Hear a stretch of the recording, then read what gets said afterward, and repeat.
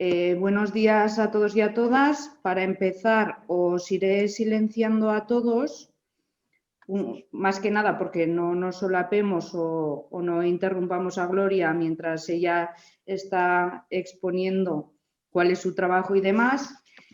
Como digo, estoy encantada. Yo soy Susana Traver, antes era maestra, ahora estoy en la Diputación Provincial y pensamos que sería interesante que un día como lo que es mañana, que es 11 de febrero, Día Internacional de la Mujer y la Niña en la Ciencia, vosotros, todos los niños y niñas, tuvieseis un referente o vieseis, cómo explicároslo, vieseis que hay muchísimas mujeres que están dentro del ámbito de la ciencia y con ello queríamos animaros a que en un futuro todos vosotros y vosotras podáis escoger la rama laboral que queráis, que podéis estudiar para ser bombero, que podéis estudiar como Gloria para centrarse, incluso Gloria, deciros que ella os explicará personalmente cuál es su trabajo, pero sí que me gustaría deciros que ella es una persona muy formada, que ha escrito muchísimos artículos, que tiene muchos premios,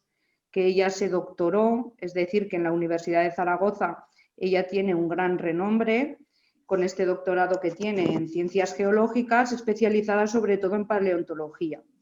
Y la metodología que vamos a utilizar hoy para trabajar es que Gloria os va a comentar cuál es su trabajo, en qué consiste, y una vez ella finalice, vosotros y vosotras podéis desactivaros el audio y le vais preguntando todas aquellas cuestiones o aquellas dudas que os puedan surgir. Estoy segura de que será una exposición muy amena, que os va a enriquecer mucho, que vais a aprender muchísimas cosas y darle las gracias sobre todo a Gloria por querer participar en estas jornadas del Día Internacional de la Mujer y la Ciencia con nosotros. El vídeo veréis que lo vamos a grabar porque habrá centros que, como sabéis, las nuevas tecnologías a veces nos juegan malas pasadas y no pueden estar con nosotros, pero que sí que lo verán más tarde. Yo, sin más, Gloria, encantada de que quieras compartir con nosotros esta pequeña jornada y te doy paso un poco para que les expliques a todos los niños y niñas presentes cuál es tu trabajo, cómo has conseguido, sobre todo, llegar hasta ahí, hasta este doctorado, si nos quieres comentar alguna peculiaridad de alguna actividad que hayas desarrollado en tu trabajo. Y para finalizar un poco, si nos quieres hacer mención a la dificultad o no que tienen las mujeres para llegar a ejercer dentro del mundo de la ciencia y sobre todo para obtener este doctorado, ¿no? Y todas esas publicaciones que tú tienes y que te hacen una persona destacable dentro de tu ámbito laboral. Sin más, Gloria, cuando quieras empezar, estoy a tu disposición para luego plasmar lo que es el PDF y que podamos seguir lo que es la ponencia con él. Muy bien, muy bien. Pues empiezo. ¿Cuánto tiempo tenemos, Susana? Porque esto es toda una vida.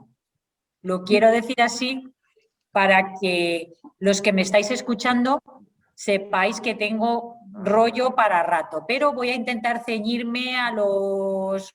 Voy a hacer todo, intentaré hacerlo en una media hora para que tengáis tiempo de preguntarme, ¿vale? Si no queréis preguntar nada o veo que no preguntáis, yo seguiré. Y ya digo que puedo estar días, meses, años hablando, así que pararme. Bueno, dicho esto, voy a empezar por presentarme. A ver, me hace muchísima ilusión veros a todos aquí, de tantos centros de Teruel, porque yo empecé mi actividad investigadora precisamente en tierras turolenses y del sur de Zaragoza. Yo he trabajado siempre en la paleontología de vertebrados y especialmente con la paleontología, una aplicación que tiene la paleontología, que es ponerle la edad a los yacimientos, ponerle la edad para saber cuánto tiempo pasó desde que aquellos fósiles se depositaron hasta que los hemos encontrado hoy.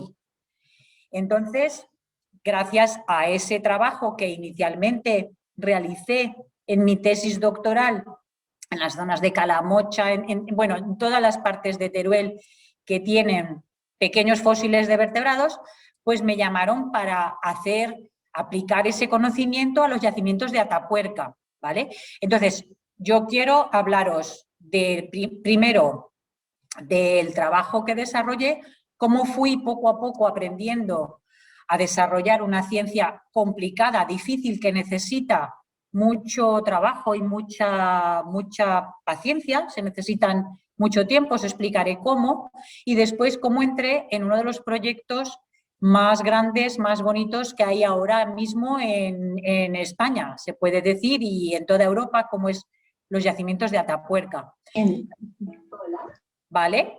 Entonces, a partir de ahí, en mi vida como investigadora, como ha dicho Susana, pues creció enormemente, me permitió tener acceso a un conocimiento muy, muy particular, como es la evolución humana, y eso también me ha llevado a poder publicar artículos y libros que tienen mucho interés y recibir premios. Y además, pues en la actualidad, el mayor premio que he recibido, se puede decir, es el reconocimiento por parte de todos vosotros como para escucharme. Quiero decir, eso ya de por sí es un privilegio, el poder tener un público como vosotros que me estáis escuchando ya de por sí es uno de mis mayores premios, Hoy en día es mi premio, el día de hoy.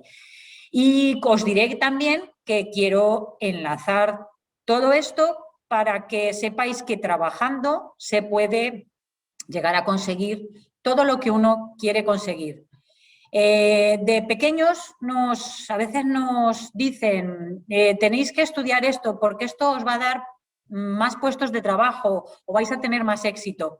Y yo os diré para empezar que si bien es cierto en algunos casos, en otros investigar y trabajar en lo que a uno le gusta, aunque parezca que sea algo minoritario, algo que hace muy poquita gente, algo friki, como se suele decir, es fundamental para la carrera de uno mismo. Nosotros tenemos que conseguir lograr nuestros sueños y a veces esos sueños no necesariamente son lo que busca la mayoría. Si uno quiere ser paleontólogo, que es como decir, pues es que eso, ¿quién te va a dar trabajo con esto? Bueno, pues hay muchos trabajos de paleontólogo, lo mismo que hay trabajos de historia del arte, de música, de un montón de cosas que siempre nos dicen, eso es inútil, tienes que dedicarte a la medicina o a la abogacía porque eso te va a dar más trabajo, ¿vale? Entonces yo desde aquí os animo a perseguir y a realizar vuestros sueños.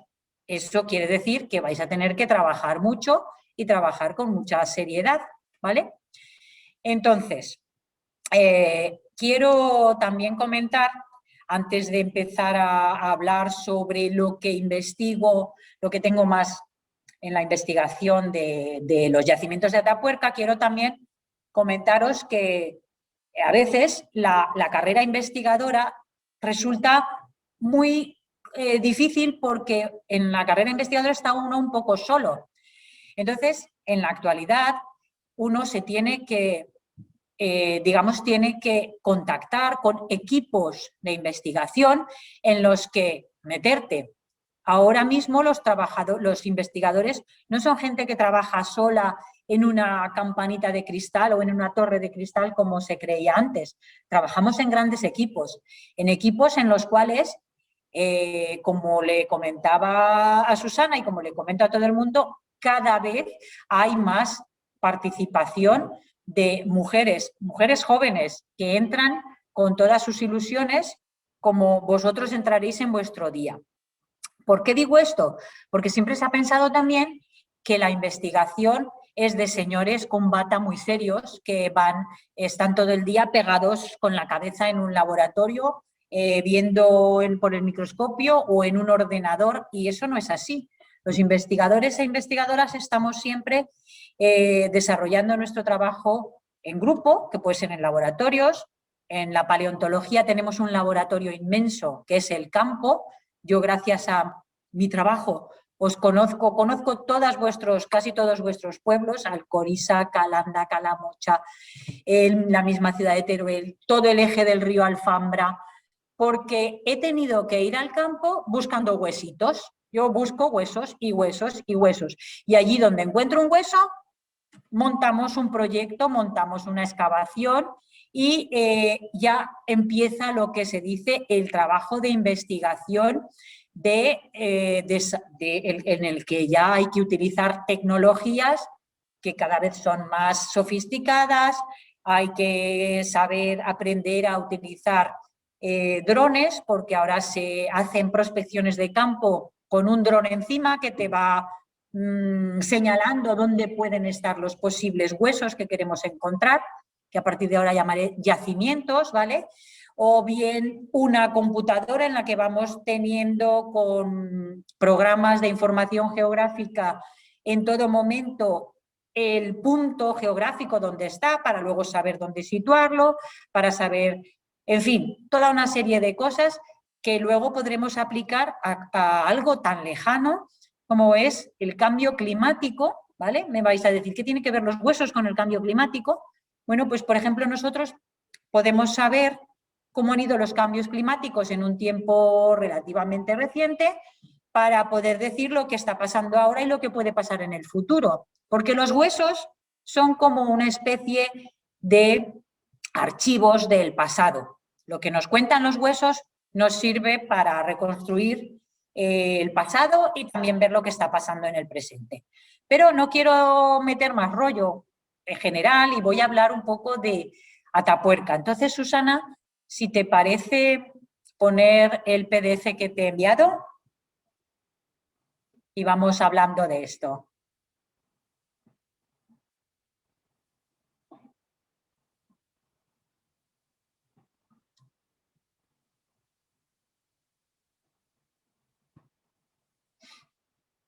Muy bien, ahora se ve, perfecto. A ver, en esta diapositiva vemos uno de los aspectos más importantes, o lo he dividido en varios aspectos que desarrollamos en la investigación en paleontología de vertebrados.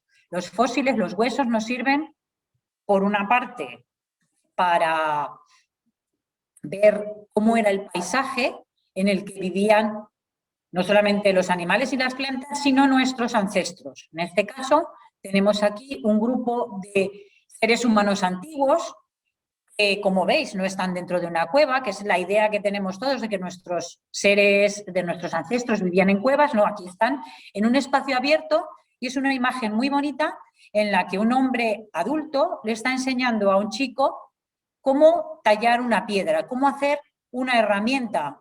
La herramienta es lo que al ser humano nos ha servido para preparar nuestra comida, para preparar la carne, para cazar. Entonces era fundamental que hubiera esa enseñanza, esa comunicación. Y os voy a decir una cosa muy importante. La necesidad que ha tenido el ser humano de aprender a utilizar herramientas ha llevado consigo algo mucho más importante, que es la necesidad de comunicarnos. El lenguaje humano, que es, digamos, lo más característico del ser humano, que es la comunicación entre nosotros, ha permitido entrelazar, crear redes. Antes no había teléfonos móviles, no había redes sociales y las redes se creaban hablando entre unos y otros. Mira, yo estoy haciendo esta herramienta, el otro decía, pues igual si le das aquí un golpe podemos preparar mejor una sierra, si le damos aquí una talla puede ser un punzón para hacer ropa, ¿vale?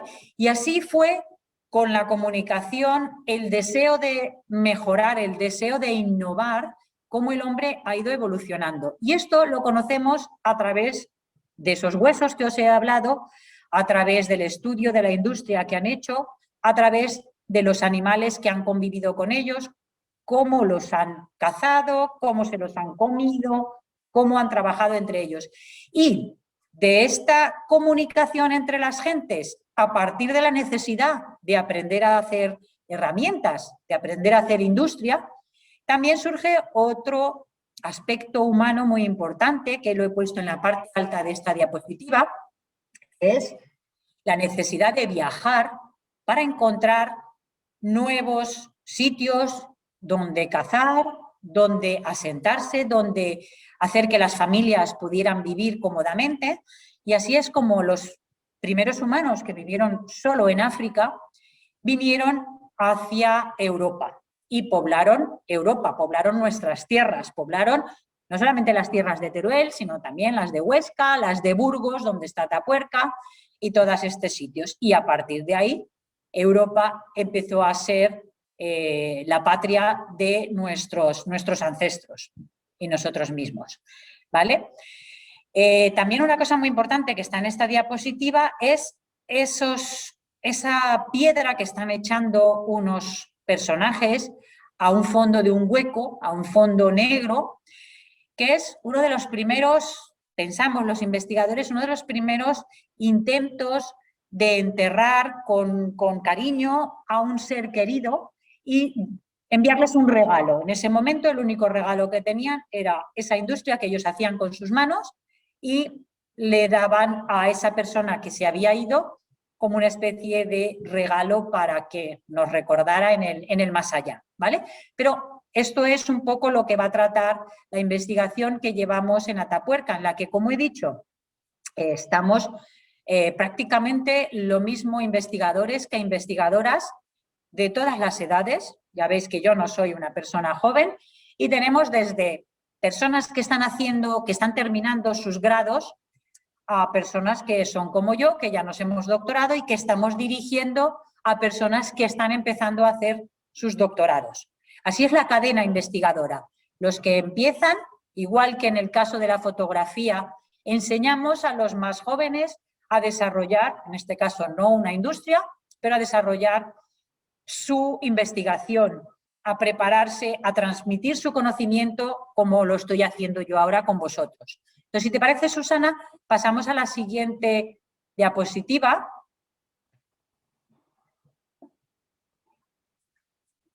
Y aquí me permitís que eche una vista hacia atrás, porque el tiempo geológico, el tiempo en el que se desarrolla la evolución de toda nuestra tierra donde vivimos, nuestros paisajes, tiene muchos miles de millones de años.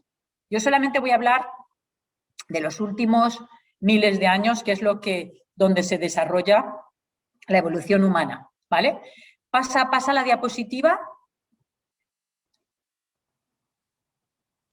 Aquí en esta diapositiva podemos ver un esquema de lo que los paleontólogos llamamos un árbol filogenético. Podemos decir que es la jerarquía, el árbol de la familia, desde nuestros ancestros que aparecieron en África hasta los hombres modernos como Homo sapiens, en el cual es nuestra propia especie. Nosotros somos el género Homo y la especie Sapiens, porque no os voy a explicar qué quiere decir Sapiens, que seguro que todos habéis pensado en por qué quiere decir esto, y que venimos de un grupo de Homo, de especies de Homo, que se evolucionaron aquí mismo en la península ibérica, como es Homo antecesor.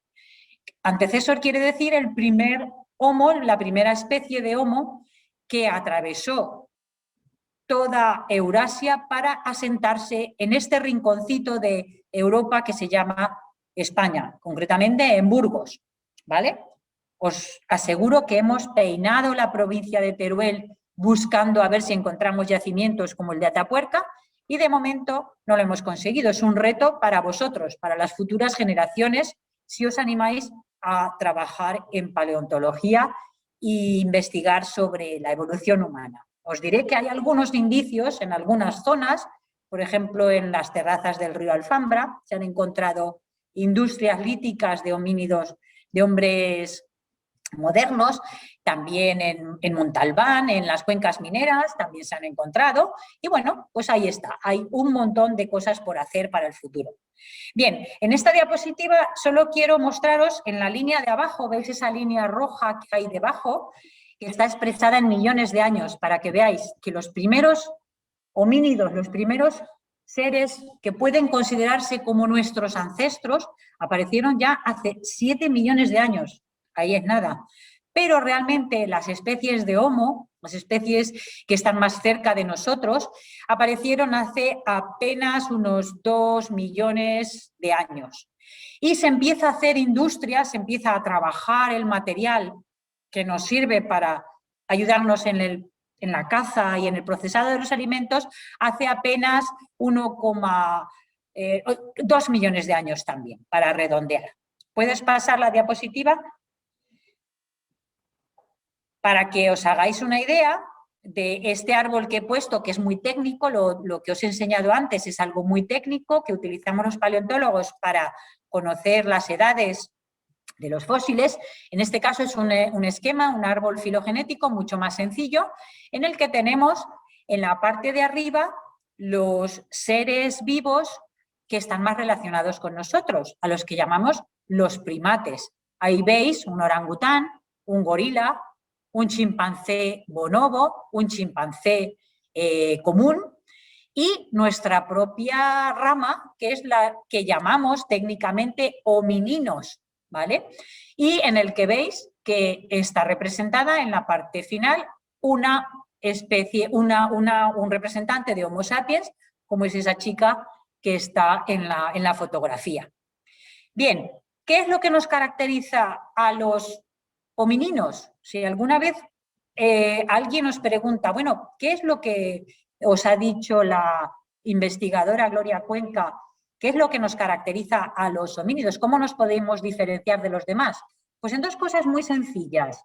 Una, que somos bípedos, es decir, que caminamos sobre nuestras dos piernas o patas, como decimos a veces en lenguaje coloquial, y la otra es que nos comunicamos, que tenemos un lenguaje que nos ha permitido crear sociedades complejas o tener que la cultura se transmita de generación en generación. Cultura tanto tecnológica, no estoy hablando solamente de cultura de pinturas o de arte, sino la tecnología, el arte, la comunicación, la necesidad también de cuidar a nuestros hijos.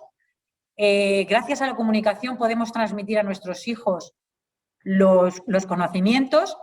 Vosotros estáis ahora en colegios en los que vuestros padres os llevan para que los conocimientos, que cada vez son más complejos y más amplios, os los transmitan también vuestros profesores. Aprovecho aquí para agradecer a maestros y maestras y profesores en general la gran labor que hacéis y que además es una característica muy humana, es uno de nuestros mejores atributos, el deseo de comunicar a las generaciones que vienen, a las generaciones del futuro, nuestros conocimientos, para que ellos los utilicen como piensen que tienen que utilizarlos y con nuestra guía, ¿vale? Paso aquí a la siguiente diapositiva, no la vais a poder ver porque está fija, pero este es un vídeo que permite, con la tecnología de escáneres en 3D, se ha podido hacer una grabación del cráneo, del fósil humano más importante en estos mismos, del registro mundial, podríamos decir, que es el cráneo número 5 de la cima de los huesos de Atapuerca. En este cráneo hay muchísima información. Aparte de la morfología, que la podéis ver ahí, sabemos que este cráneo pertenecía a un hombre mayor, a un hombre que seguramente tenía problemas de sordera, su oído izquierdo tenía un recrecimiento óseo que le impediría oír, tenía un flemón también en la zona, en la cara, que también seguramente le permitiría comer, o sea, podría comer pero mal, y sabemos que su grupo, su clan, su familia lo ayudó a vivir hasta que falleció, bastante mayor para la época, seguramente 50, 60 años, lo cual era mucho para entonces. Así que este es otro aspecto de la evolución humana que podemos ver a través de los huesos, que es el sello que ha dejado la evolución de la cultura, los cuidados, la salud, que la llevaban entre todo el grupo para hacer que todos estuvieran bien, que todos estuvieran acompañados, sanos, los que tenían problemas, que los tuvieran. Y así pasaremos a... Aquí me voy a saltar porque si no, no va a dar tiempo, son ya 31 y quiero hablar un poco de lo que es Atapuerca, ¿vale? Aquí vamos a pasar a la diapositiva, en vez de la diapositiva siguiente, a la diapositiva número 20, a ver, perdón, sí, la número 21. ¿Vale? Aquí, 21, la anterior. Bien. Todo lo que os he comentado de mi búsqueda de los huesos en Teruel, pues me sirvió para que los sabios que estaban entonces en el proyecto de Atapuerca pensaran que yo les podía ser útil. Yo entonces era todavía una chica muy joven que acababa de terminar el doctorado y que les podía ser útil para la investigación de la datación con fósiles en Atapuerca. Así que allí me incorporé hace ya muchísimos años, en el año 91, me incorporo al equipo de Atapuerca y me encuentro con unas excavaciones como las que se veían en las películas, con un montón de gente trabajando, con cuadrículas que hacían que la gente tuviera un mapa donde estar trabajando, ahí estaban todos excavando, y la verdad es que me enamoré del proyecto inmediatamente. Entonces, pasa a la siguiente diapositiva. Atapuerca es un conjunto de cuevas que están ahora ya desmanteladas por unas obras de ferrocarril. Ahí en la foto podemos ver la cueva, se llama Cueva Fantasma, que se ve desde la parte de arriba de la excavación, todavía con toda la maquinaria que se ha metido, las plataformas donde se va a excavar. Pasa a la siguiente diapositiva, pero lo importante también es que Atapuerca, las cuevas de Atapuerca están dentro de esa colina, se llama Atapuerca, y hay muchas cuevas en el interior, muchas cuevas que están todavía sin explorar. Y las cuevas que están exploradas nos han dado tanta información que podríamos hablar, como os he dicho al principio, días y meses, ¿vale? Aquí simplemente os quiero mostrar, aquí hay como como veis, hay 3 pisos. Cada piso es un sistema de cuevas dentro de ese sistema de lo que se llama el karst de Atapuerca. Y nos vamos a centrar en la siguiente diapositiva, por favor, en una cueva muy particular que se llama la Sima de los Huesos. La Sima de los Huesos es como una especie de apéndice, como nuestro apéndice, el que tenemos en nuestro cuerpo, es apenas una galería inclinada, como veis ahí, muy pequeña. Ahí abajo tenéis la escala en metros, veis que la escala son 5 metros, al que se accede por un conducto vertical de casi, a ver si no recuerdo mal, 18 metros de caída libre, en el cual los espeleólogos, que siempre son fundamentales para los trabajos en las cuevas, los espeleólogos, aprovecho para decir que en Montalbán son los espeleólogos del grupo Farallón, los que siempre nos han ayudado en nuestras prospecciones, en nuestro trabajo en Teruel, en las cuevas. Aquí en este caso son los del grupo de espeleología Edelweiss, que son los que han hecho siempre el trabajo de instalar las cuerdas. En este caso instalaron una escalera para poder bajar a ese apéndice. Bueno, pues en esa pequeña galería que se llama la Sima de los Huesos, se empezaron a encontrar cráneos que en el año 92, pasen a la diapositiva siguiente, por favor, resultó ser un año fantástico. Hace muchísimos años, la mayor parte de vosotros no habíais nacido todavía, pero os diré que fue un año histórico. Ese año se encontraron 2 cráneos completos ahí en la Sima de los Huesos, lo que hizo que el equipo de investigación se planteara el hacer un equipo multidisciplinar, meter nuevas tecnologías que en la época fueron muy novedosas y empezar a excavar esa Sima de los Huesos que hasta ahora había sido excavada con mucha cautela, porque es peligrosa, hay muy poco oxígeno, tuvieron que meter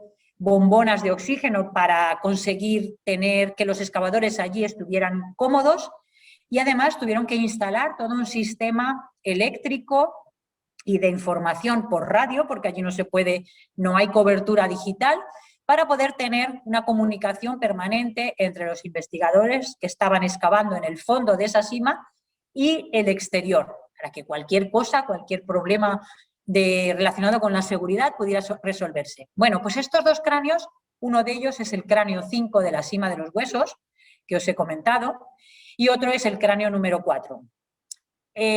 Ahora vamos a saltar, Susana, porque ya veo que me estoy extendiendo y quiero llegar a 45 como mucho, 40 minutos. Vamos a saltar a la diapositiva número, la 31, ¿vale?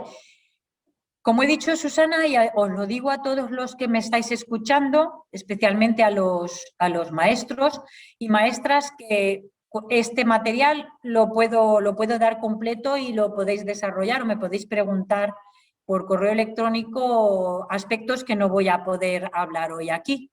Bueno, en esta diapositiva vemos la mandíbula humana más antigua del continente europeo. Esta se encontró muy cerca de la cima de los huesos. En este caso se llama la cima del elefante. Es otro yacimiento del sistema kárstico de Atapuerca, en el que cuando estábamos excavando, en el año 96-97, empezamos a encontrar vestigios de unas tallas de sílex muy pequeñas. El sílex es el cuarzo. El sílex es de lo que están formados las gafas, los cristales, todas las materiales que llamamos cristal, ¿vale? Y el cuarzo, como bien sabéis, si se os ha roto algún vaso de cristal, es muy cortante. Bueno, pues habíamos encontrado dos lasquitas de sílex pequeñas trabajadas por el hombre y eso nos llevó a pensar, dice, ostras, aquí podemos encontrar otra cima de los huesos. Aquí podemos ver si hay más datos sobre la evolución humana. Excavamos y excavamos, esa es una de las características del excavador, del investigador en paleontología. Durante cerca de 10 años no se encontró nada, más que alguna esquirla de sílex ocasional, pero en el año 2006 empezaron a encontrarse animales que tenían cortes en los huesos, mejor dicho, huesos de animales con cortes, y en el año 2007 el gran descubrimiento, como pone ahí, de una mandíbula humana, de un humano muy mayor, los dientes totalmente arrasados, seguramente se le habían caído los dientes porque era ya muy mayor, y supimos entonces que teníamos allí algo importante. Ahí entraba yo con la Universidad de Zaragoza, con todo el equipo de la Universidad de Zaragoza, estudiando los huesos de los animales para datar. Y vimos que era que la mandíbula esa podía tener entre 1 millón y 1,5 millones de años. Bueno, pues os diré que hasta el día de hoy no hemos vuelto a encontrar ni un solo resto humano más. Aquello fue un hallazgo casual. Por eso voy a pasar seguimos excavando, porque una de las cosas que caracteriza la investigación es que no cejamos nunca de trabajar donde pensamos que podemos encontrar algo más. Sí que estamos, pero nos encontramos aquí, pasamos otra vez a la cima de los huesos. Fijaros lo que salió en el año 1992, los cráneos que os he comentado antes, los cráneos de la cima de los huesos. ¿Y qué tenemos aquí? Ahora sí que vamos a pasar las diapositivas con cierta rapidez. Susana, por favor. Estos son aquí los dos cráneos, un fémur, unos cuantos dientes, ¿vale? Pasa a la siguiente. Y aquí vemos dientes humanos. Dientes humanos que pertenecen a los fósiles de la cima de los homínidos que cayeron en la cima de los huesos. Estos dientes humanos tienen unas rayas en el esmalte que nos muestran que la gente cogía la carne con la boca, como está en el dibujito de abajo, y la cortaba con una herramienta de piedra. Y la cortaba además con la mano derecha, lo cual quiere decir que ya su cerebro estaba especializado como lo tenemos los humanos modernos ahora, ¿vale? Vamos a pasar a la siguiente. Este fósil humano tan importante resultó que a medida que se iba excavando en la cima de los huesos, se veía que había muchos otros huesos que pertenecían al mismo esqueleto. Esto es algo fantástico, algo muy poco conocido en la paleontología humana. Y con esto pudimos reconstruir un esqueleto de un ser humano mayor, un hombre, muy poderoso, muy fuerte, veis qué huesos más poderosos tiene, pero que tenía ya problemas de movilidad porque sus vértebras lumbares estaban ya un poco fastidiadas, sus vértebras cervicales también, y que sin embargo fue cuidado. Pasa a la siguiente diapositiva. Lo cuidaron su clan, lo cuidó su familia. Y aquí es un caso aún más extraordinario. Este es un cráneo de un ser pequeñito, de una niña, de la cima de los huesos, que nació con una malformación. Y esta niña fue cuidada hasta que seguramente falleció a los 9 años de edad, ¿vale? Pero esta niña fue cuidada, fue enseñada, le ayudaron a vivir esos años, suponemos que felizmente, porque sus huesos están perfectamente desarrollados. Y ya para terminar, quiero decir que estos seres humanos de la cima de los huesos nos están indicando que hace medio millón de años, que es la edad que le hemos dado a la cima de los huesos, hace medio millón de años, había ya un atisbo, una proto-sociedad, llamarle como queráis, en la que los seres humanos se comunicaban hasta tal punto que eran capaces de cuidar a los suyos, de cuidar a sus personas mayores y a sus personas pequeñas, a enseñarles a seguir. Gracias a ellos estamos aquí toda la humanidad. Nosotros les debemos nuestra gratitud a estos seres humanos que supieron en un momento dado unirse para quererse, para amarse. Y pasa a la siguiente diapositiva. Y además, y esto es algo que a mí me pone siempre los pelos de punta cuando hablo de ello, que pensaron que seguramente esos seres humanos iban aún más allá y le dedicaron un regalo, como esto que hemos visto al principio, ¿vale?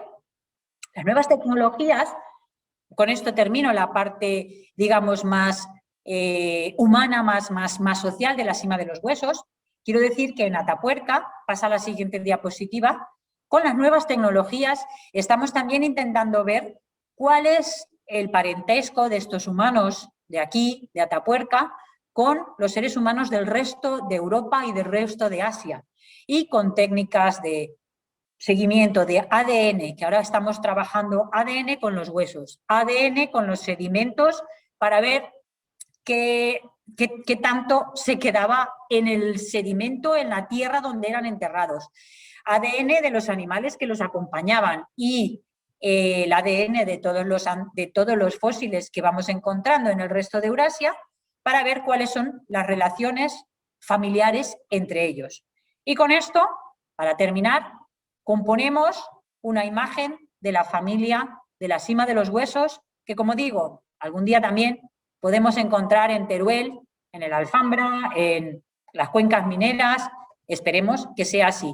Pasa a la siguiente diapositiva y con esta ya me despido. Esta es la familia reconstruida por unos artistas que han sabido entender la reconstrucción paleontológica. A partir de los huesos podemos saber qué músculos hay en la cara, qué músculos hay en la frente, cómo es nuestra frente, cómo es nuestra mandíbula.